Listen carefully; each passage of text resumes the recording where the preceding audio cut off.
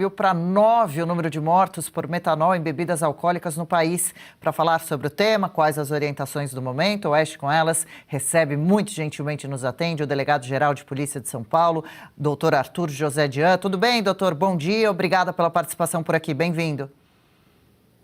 Bom dia, Adriana. Prazer em falar com você, prazer em falar com todos do estúdio e toda a audiência aí. Muito obrigado mais uma vez pelo convite. Imagina, a gente que agradece, o prazer é o nosso, apesar do tema, né? Estamos todos preocupados, querendo voltar a tomar nossa caipirinha. Muita gente gosta também de tomar um uísque, vodka, gin. Quais são as bebidas que ainda estão na mira, que é melhor tomar cuidado, as orientações de momento. Muitos familiares têm adolescentes que saem com os coleguinhas, às vezes têm pouco dinheiro, querem economizar na bebida. Como evitar, né, ser contaminado, como andam as investigações. Uma atualização para a gente, por favor. É importante dizer que esse combate à adulteração, né, e à alteração de bebidas alcoólicas, principalmente as destiladas, já é uma prática da Polícia Civil, né? Todos os anos, rotineiramente, nós temos operações que combatem esse tipo de crime. Esse ano mesmo, já são mais de 64 pessoas presas. Mas nós tivemos aí esse diferencial, né, o que aconteceu, essa contaminação por metanol no final de agosto, começo de setembro, e nós tivemos que nos debruçar ainda mais nesse tema. E depois da instalação do gabinete de pronta resposta, o governador Tarcísio, nosso secretário Derrite e os outros secretários também, importante o diálogo com as empresas vendedoras desse tipo de bebida. Então, com isso, nós conseguimos combater efetivamente. Já temos aí, infelizmente, 9 mortes, né? Qualquer doença já seria, qualquer caso, né, que deixou alguém enfermo já seria uma grande preocupação, ainda mais falando de mortes, né? Então nós nos debruçamos nesse tema, fechamos diversos estabelecimentos junto com a Vigilância Sanitária. Foram mais de 15 estabelecimentos fechados, mais de 20 estabelecimentos também fiscalizados e com a inscrição estadual cancelada. Então foi uma força-tarefa que efetivamente conseguiu chegar num resultado bom. Nós ainda estamos trabalhando, nós partimos dos locais onde essas bebidas haviam sido consumidas e conseguimos fazer esse caminho contrário, para que a gente pudesse chegar na origem. E, de fato, a gente conseguiu, pelo menos em alguns dos casos, chegar na origem da contaminação, que era o posto de gasolina com etanol contaminado por metanol, né? Que, por incrível que pareça, essas pessoas que falsificam essas bebidas, elas compram o álcool do posto de gasolina, compram o etanol mesmo, aquele que é utilizado nos veículos, e fazem a adulteração da bebida, né, aquela fabricação da bebida falsificada, e aí, com a contaminação de metanol, em alguns casos, algumas garrafas de locais onde pessoas perderam a vida, foi possível constatar mais de 40% de metanol numa garrafa de bebida. Então a gente vê o perigo que estavam correndo essas vítimas, né? O perigo que passaram essas vítimas aí. Por isso que a gente pede para a população ficar muito atenta onde consumir, se conhece a localidade. Os preços discrepantes também são um apontamento de que isso pode ser uma bebida falsificada. Então, nós estamos trabalhando para que podemos trazer novamente a tranquilidade para a população, mas a gente pede também que a população fique atenta para os locais de consumo. Delegado, bom dia. Paula Camacho aqui. Bom dia. Houve uma informação no começo dessa crise, né, do metanol, que possivelmente o PCC poderia estar envolvido. Você já tem mais informações sobre isso? Se isso se concretizou ou se já está descartado? Nós estamos trabalhando com casos concretos, né? Então, em todos os casos que nós constatamos, não existe participação nenhuma do PCC na adulteração de bebida propriamente dita. Então, a adulteração de bebida foi feita por quadrilhas, podemos dizer assim, isoladas, né? São associações criminosas, não é uma organização criminosa PCC que está falsificando a bebida. Isso foi constatado através das nossas operações. São quadrilhas, né? Associações criminosas que se reúnem ali para cometer esses tipos de crimes. Então nós descartamos por completo a participação do PCC na falsificação de bebida até o presente momento.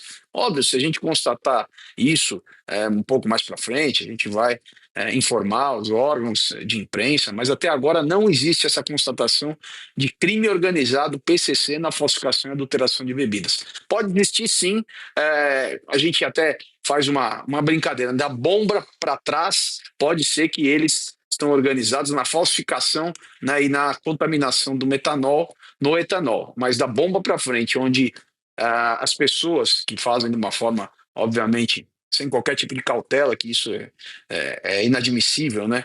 Utilizar álcool ou etanol para fabricação de bebida, mas na fabricação e adulteração de bebida não existe participação do crime organizado.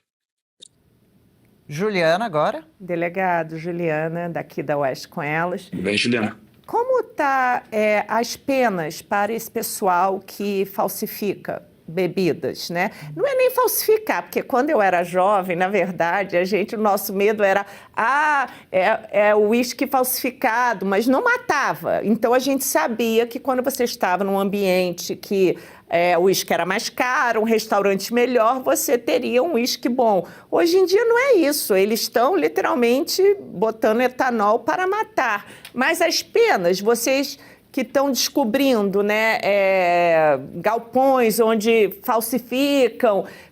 Qual é a pena para essa turma? Porque pessoas estão sendo mortas. Eles são considerados assassinos? O que acontece?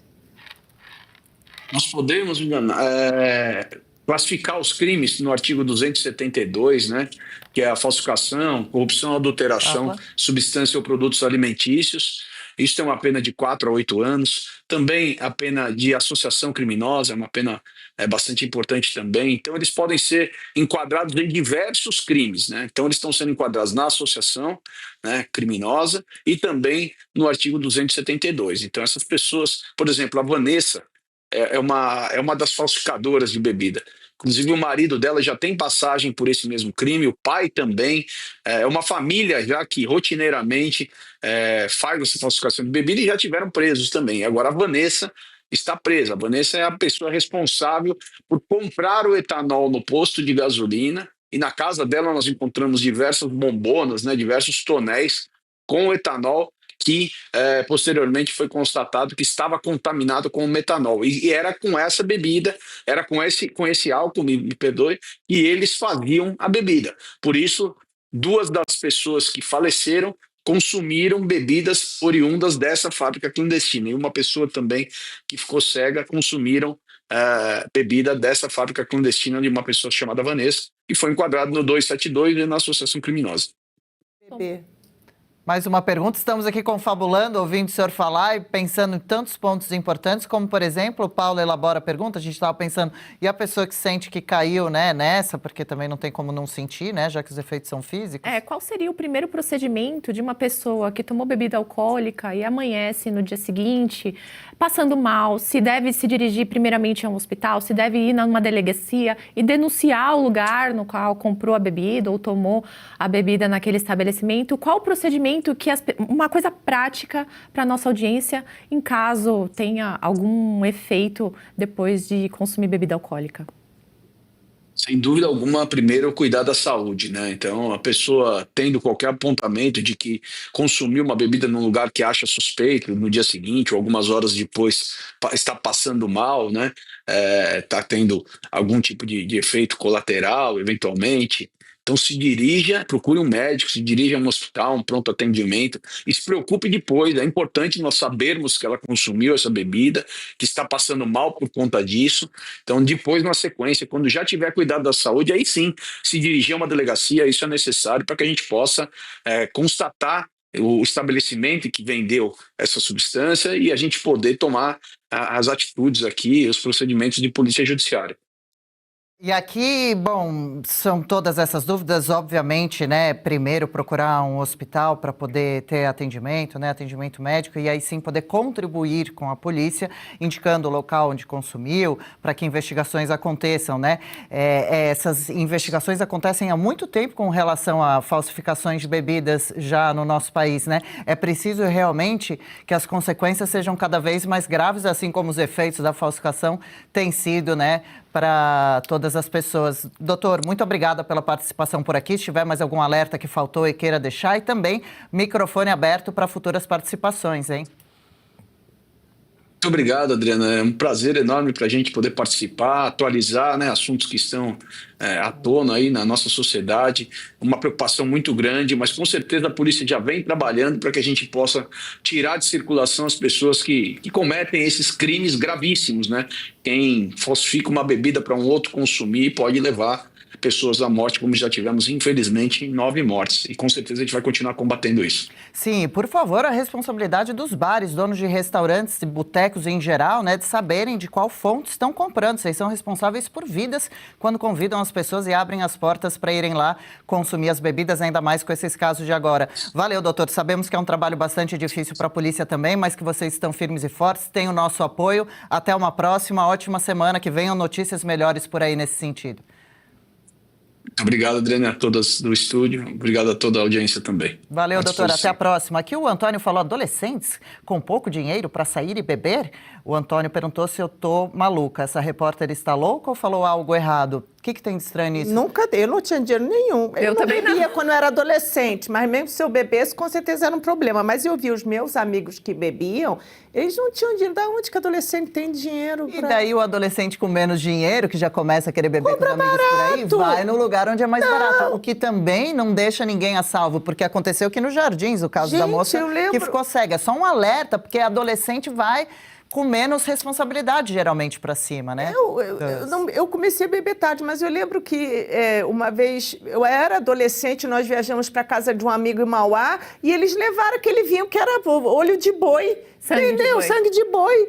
Pois Isso, é. porque se é que adolescente tem dinheiro para comprar um vinho bom, não tem, gente, nem para beber. É isso mesmo, falou muito bem. A gente, infelizmente, adolescentes bebem no mundo inteiro. Né? Sim, vai começando a se introduzir nesse meio, a se socializar e sempre E é um um dinheiro mais perigo, com o curto. dinheirinho da mesada, porque É. geralmente é isso. Pois é, já pensou? E aí eu trago aqui esse fato da última morte, uma jovem de 27 anos que participou de um churrasco com o marido. Ela foi a 9ª vítima confirmada de morte por metanol em São Mas Paulo. ela é de São Paulo? Jennifer Carolina dos Santos. Eles foram encontrados mortos em casa depois de meu participar desse churrasco em Osasco, Grande São Paulo. É sim. mais de E um da teve mesma também família. uma no Paraná, 9. 2 no Paraná, Ah. né? Então também é bom vocês ficarem ligados dos outros estados, porque isso já está indo para outros estados, né?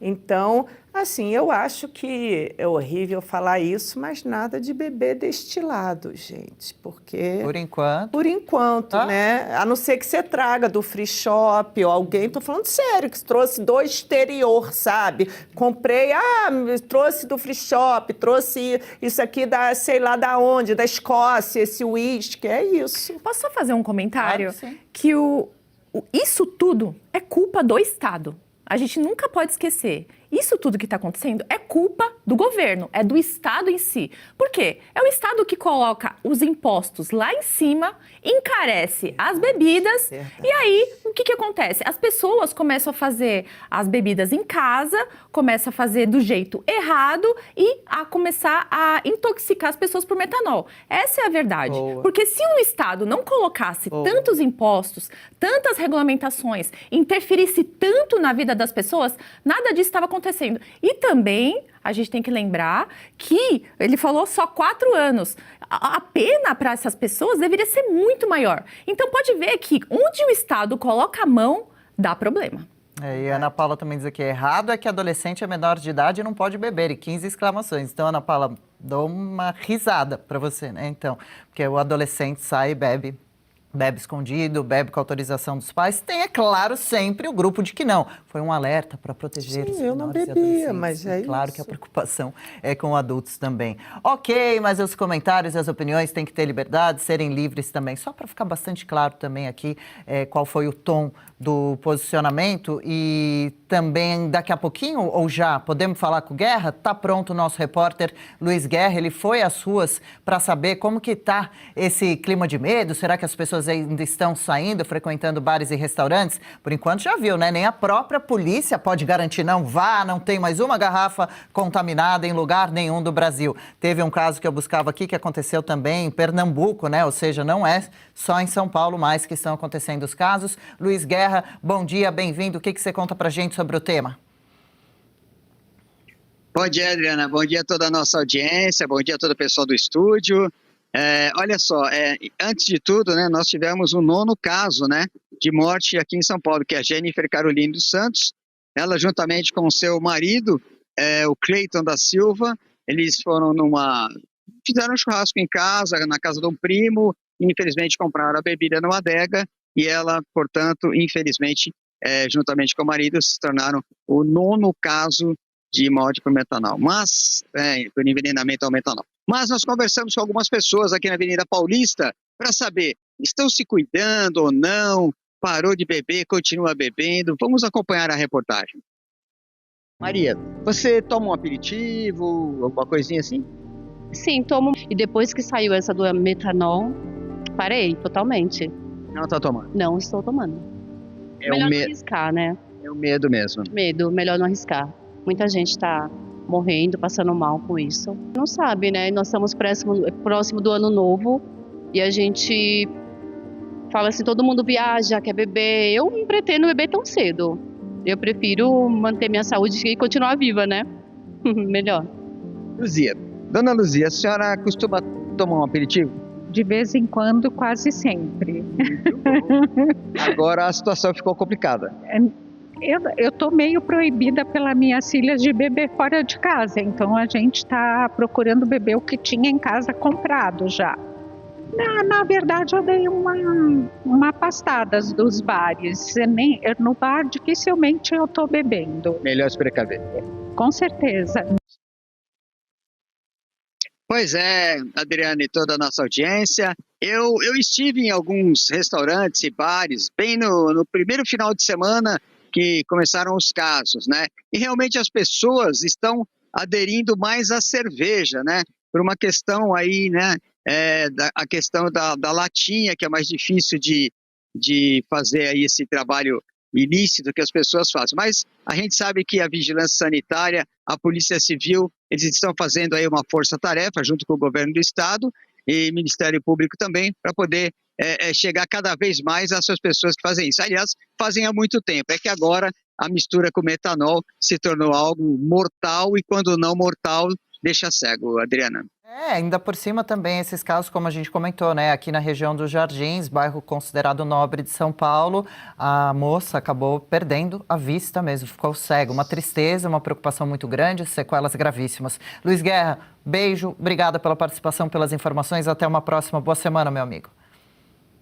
Obrigado para você também e para todos. Legal, gostou desse corte? Estamos ao vivo de segunda a sexta-feira, das 10 ao meio-dia, no YouTube da Revista Oeste. Eu, Marina Helena, Adriana Reide e Paula Camacho analisamos as principais notícias do dia.